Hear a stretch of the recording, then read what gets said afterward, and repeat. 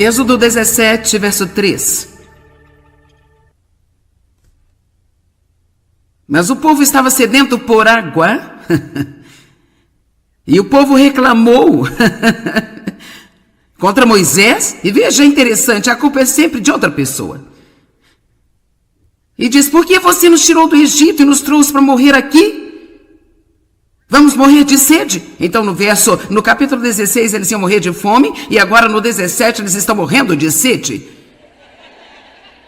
Eles estavam com problemas sérios. Números 21, de 4 a 7.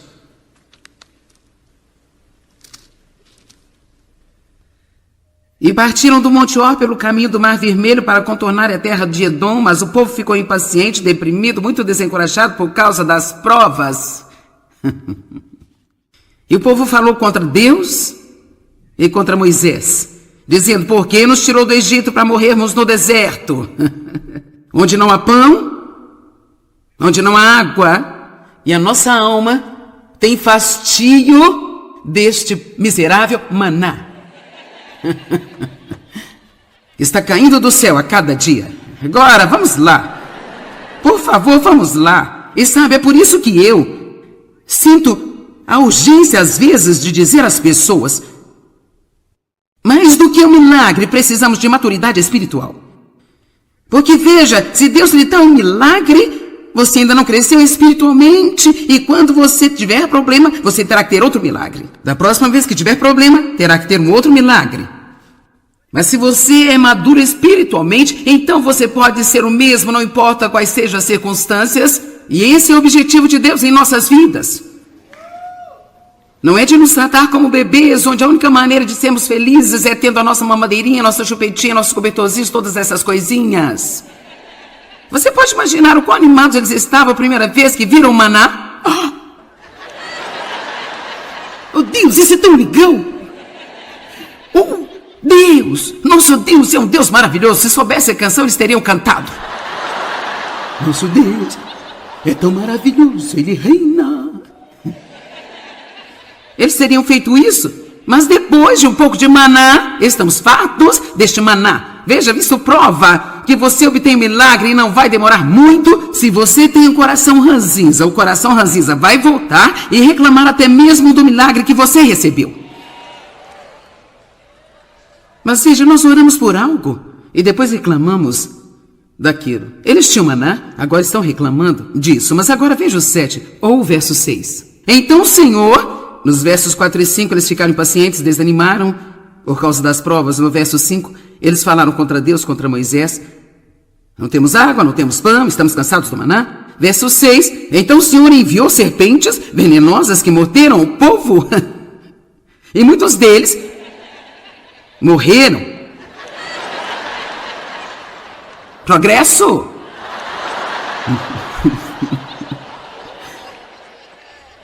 Murmurar, resmungar, reclamar, não apreciar os milagres de Deus, resmungar, encontrar falhas. A porta está aberta para serpentes. Elas mordem você e você morre.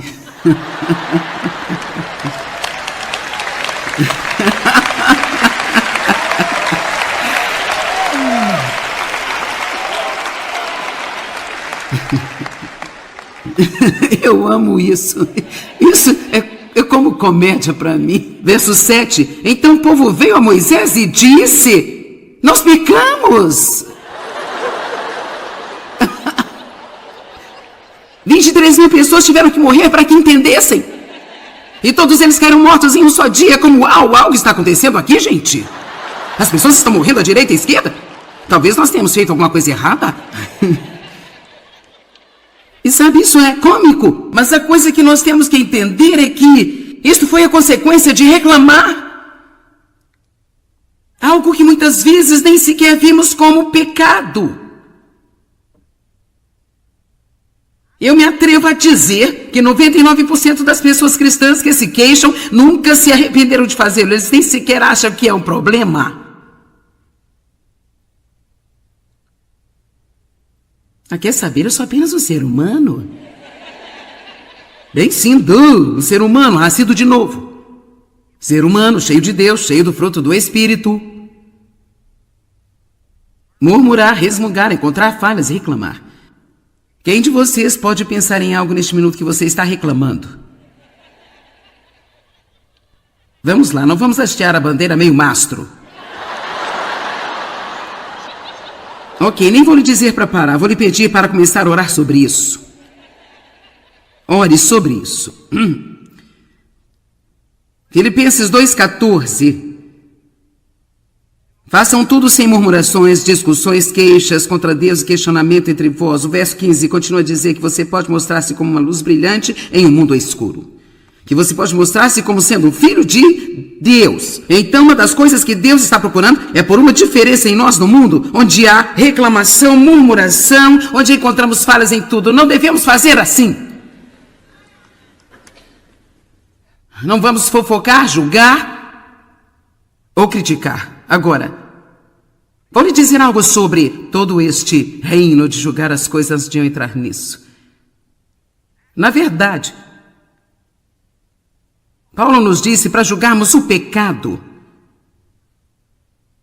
E ele até mesmo chegou ao ponto de dizer que se a pessoa que não se arrepender e continuar com esse comportamento, você não deve ter comunhão com ela. Então, quando eu digo não julgue, não é para deixarmos de ver o pecado, ou apenas passar por cima das coisas e deixar todo tipo de lixo ficar na igreja e não lidar com isso, porque nós não queremos julgar. Não queremos julgar. Isso nos leva para um outro extremo. Na verdade, Paulo disse que não fomos chamados para julgar aqueles que estão fora da igreja, fomos chamados a julgar os que estão dentro da igreja. No entanto, ele não está falando sobre julgar o coração de alguém, ele está falando sobre o pecado. Eu acredito que podemos odiar o pecado e amar o pecador. E eu acredito que nós temos um problema quando alguém faz algumas coisas. Nós não apenas julgamos o pecado, julgamos a pessoa e em seguida, muitas vezes, a partir de então, temos uma atitude com ela. E a nossa atitude religiosa não vai deixá-la se recuperar. A Bíblia diz que devemos suportar as fraquezas dos fracos. Você deve orar por aqueles que estão fazendo coisas erradas. Temos que nos lembrar do que Jesus orou na cruz. Pai, perdoa-lhes, eles não sabem o que estão fazendo. O que eles fizeram foi errado, mas ele sabia que eles estavam enganados. Pergunto-me quantas pessoas que julgamos duramente, criticamos, estão apenas enganadas. Quando você está enganado, você está crendo numa mentira. Haviam muitas pessoas por aí criticando, julgando o meu comportamento e eu não sabia que estava errado comigo. Eu tinha sido abusado por meu pai, eu tinha todos esses problemas em minha alma, eu estava me levantando todos os dias, fazendo melhor, mas a verdade é que eu era detestável. Eu não sabia. Eu não precisava de crítica, eu precisava de oração. E, mais do que qualquer outra coisa, eu precisava de um bom exemplo na minha frente para me mostrar como deveria ser, porque eu nunca tinha tido um bom exemplo. E foi aí que Deus me deu o Dave, sólido, estável e um bom exemplo. E ele continuou sendo o que ele era, que é ser um homem de Deus até que eu consegui. E é isso que precisamos ser. Precisamos ser sólidos e estáveis, bons exemplos para as pessoas olharem e assim elas querem o que temos em vez de apenas qual é o seu problema? Por que você é assim? Por que você não muda, hein? Por quê? Por quê? Julgar o pecado, mas tomando cuidado para que você não se volte contra o pecador. Agora, temos de ter cuidado com quem a gente anda, mas há uma diferença entre ter um relacionamento íntimo com alguém e ser rude com ele. Amém? Você tem que ser guiado por Deus, não pode ir como um elefante numa loja de porcelanas e... Deixa eu lhe dar os meus folhetos evangélicos, 3 livros da Joyce, uma nova versão da Bíblia aí. Eu vou endireitar você.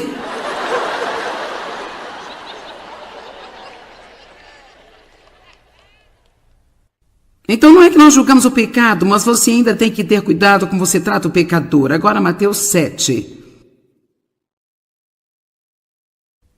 Eu acho que esta é uma área muito, muito, muito importante para os cristãos, porque eu acho que nós temos os nossos narizes esnobres religiosos no ar. Rapaz, alguém faz algo errado e eles saem.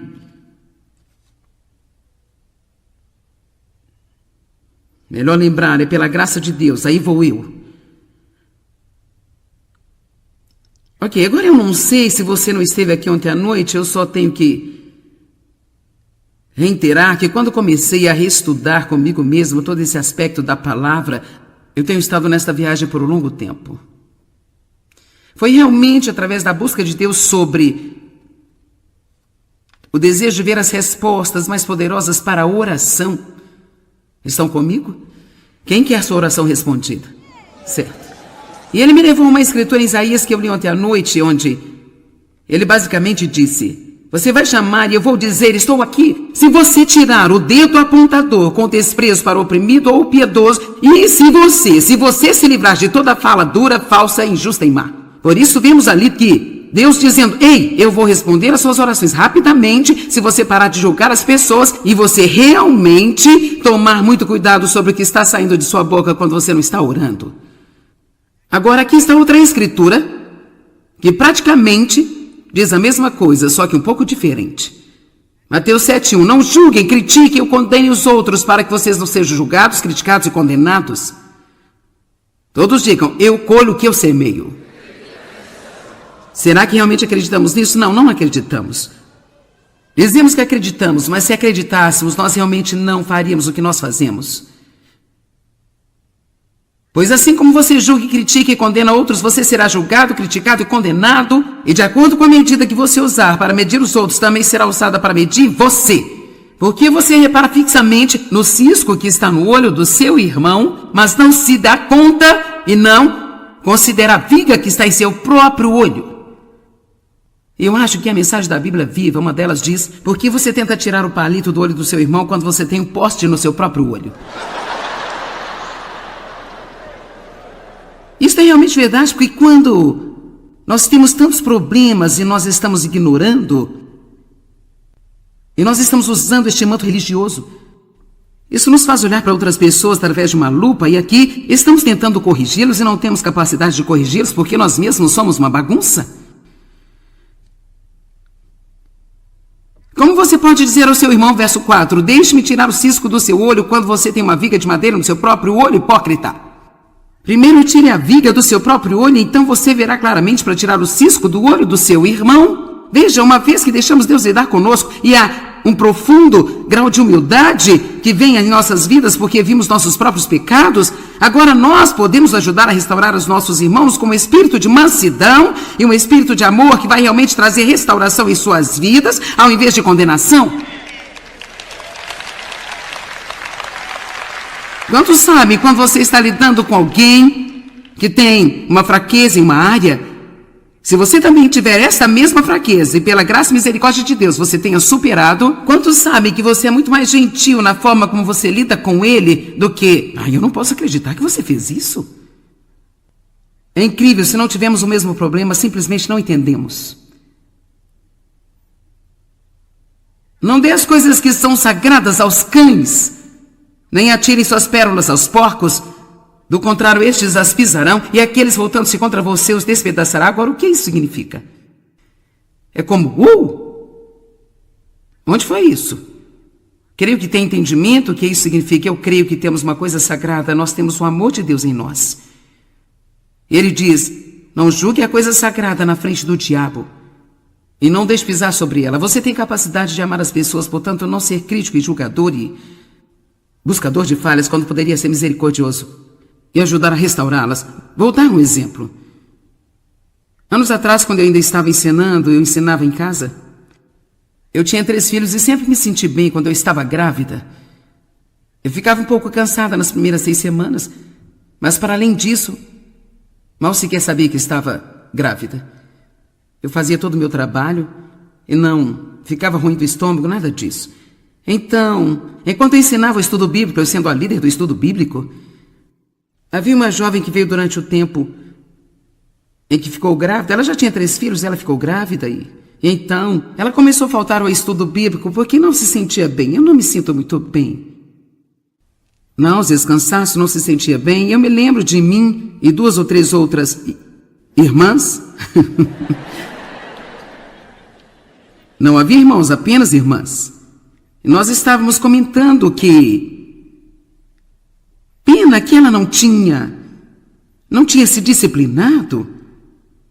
E quão ridículo era isso, porque ela precisava desta palavra que eu estava ensinando. Você precisa entender que ela precisava da minha entrada espiritual em sua vida. E ela não estava frequentando. Você só precisa sugá-lo e apenas fazê-lo. Continuamos e nunca mais pensei no assunto. Nenhum de nós se ofereceu para ajudá-la. Ninguém se ofereceu para ir limpar a sua casa naquele dia para que ela pudesse vir. Nós nem oramos por ela.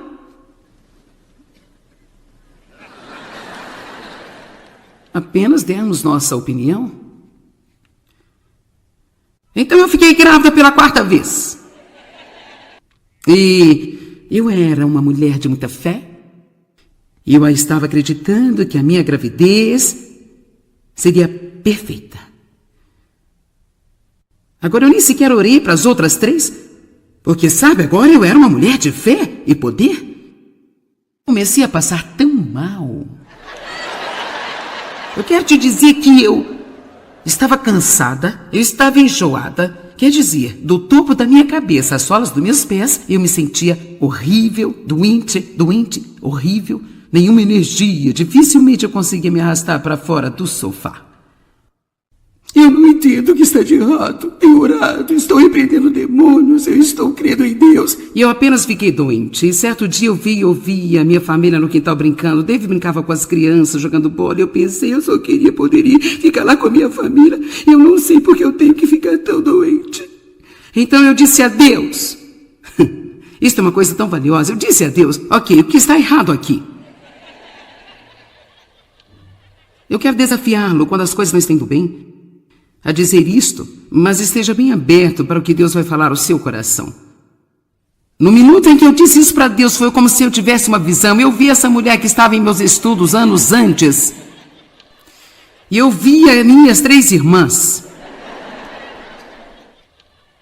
E eu sabia, a próxima coisa em que eu pensei foi em Mateus 7. Eu tinha Mateus 7 aberto e eu li.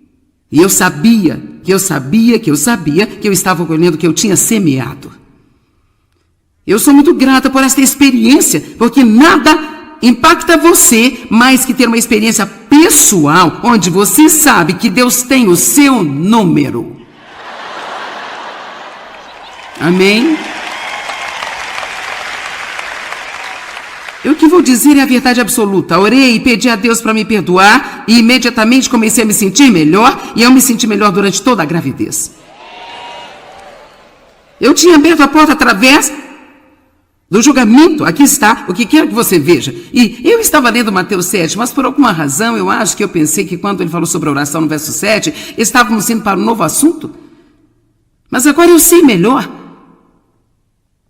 Agora eu sei que ele está dizendo, e assim, vamos colocar assim, se você não julgar e criticar e condenar, se você não apontar o dedo para outras pessoas e dizer coisas feias sobre elas, se você amar as pessoas, agora você pode continuar a pedir e será dado a você. Continue a procurar e você encontrará. Continue batendo e a porta será aberta, pois todo aquele que pede recebe, e aquele que persiste em buscar vai encontrar, e aquele que continua batendo a porta será aberta. Eu acredito que ele está dizendo que se você quiser suas orações respondidas, então pare de julgar, de criticar e apontar o seu dedo para outras pessoas. Quantos podem ver isso? Isso é tão simples como poderia ser. Ele não estava falando sobre um assunto e de repente foi para um outro assunto totalmente subjetivo. Porque de repente, depois disso, ele fala como ter suas orações respondidas. Eu não sei você, mas eu não quero perder tempo. Não sou uma pessoa que gosta de perder tempo. Então, se eu vou orar, quero resultados. Se eu vou tomar meu tempo e meu esforço e minha energia e eu vou orar, eu quero resultados. E se eu não estiver recebendo resultados, então eu vou ser ousado bastante para perguntar a Deus o que há de errado, porque não estou tendo resultados. E eu sei que a paciência, a espera, eu sei que é o inimigo que vem contra nós, sei de tudo isso, mas cedo ou tarde, você tem que ter aquilo que Deus prometeu a você. E você pode fazer o que quiser com esse ensino, mas eu decidi crescer um pouco mais, espero um pouco mais. Depois disso, um pouco mais, mas depois disso, Deus nos muda de glória em glória, pouco a pouco. Estamos numa viagem, ainda não chegamos, mas eu vou te dizer que temos que fazer é pressionar. Você nunca teve uma área onde você vai ter que pressionar, no que concerne a sua boca. Eu não acho que haja alguma esperança se não corrermos para as Escrituras, manter alguns livros na nossa frente. Você precisa ter meu livro, Eu e Minha Boca Grande, e precisa ler algumas páginas todos os dias, talvez pelo resto da sua vida. Nós temos que manter as coisas na frente de nós, do contrário, podemos esquecê-las. Eu realmente acredito que esta não é apenas uma mensagem minha. Eu vou te dizer, eu não sei. Quero dizer, eu prego muito, sabe? Às vezes 12, 20 vezes por mês, quero dizer, eu prego muito. E eu não digo nada que eu não sinta que Deus está me guiando, mas há coisas que eu me sinto mais forte a respeito. Ontem mesmo David disse, quando eu desci os pequenos degraus, ele sempre está lá me esperando, ele disse, você está com fogo hoje? E essa é a maneira que sinto sobre isso, é como se eu tivesse um fogo real dentro de mim, e por isso eu não quero que você tome isso como apenas um pequeno sermão sobre a boca, sabe? Quando disserem, gostaria de ir à conferência sobre o que ensina, não apenas diga, a boca. Diga, uma vida transformada, pela mensagem sobre o poder das palavras.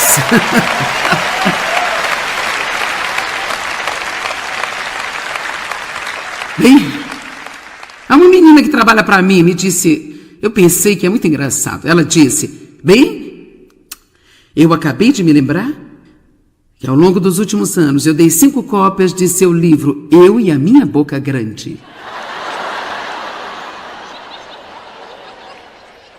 Quando o livro foi lançado, tivemos pessoas ligando para o escritório, pedindo o livro para outras pessoas de forma anônima.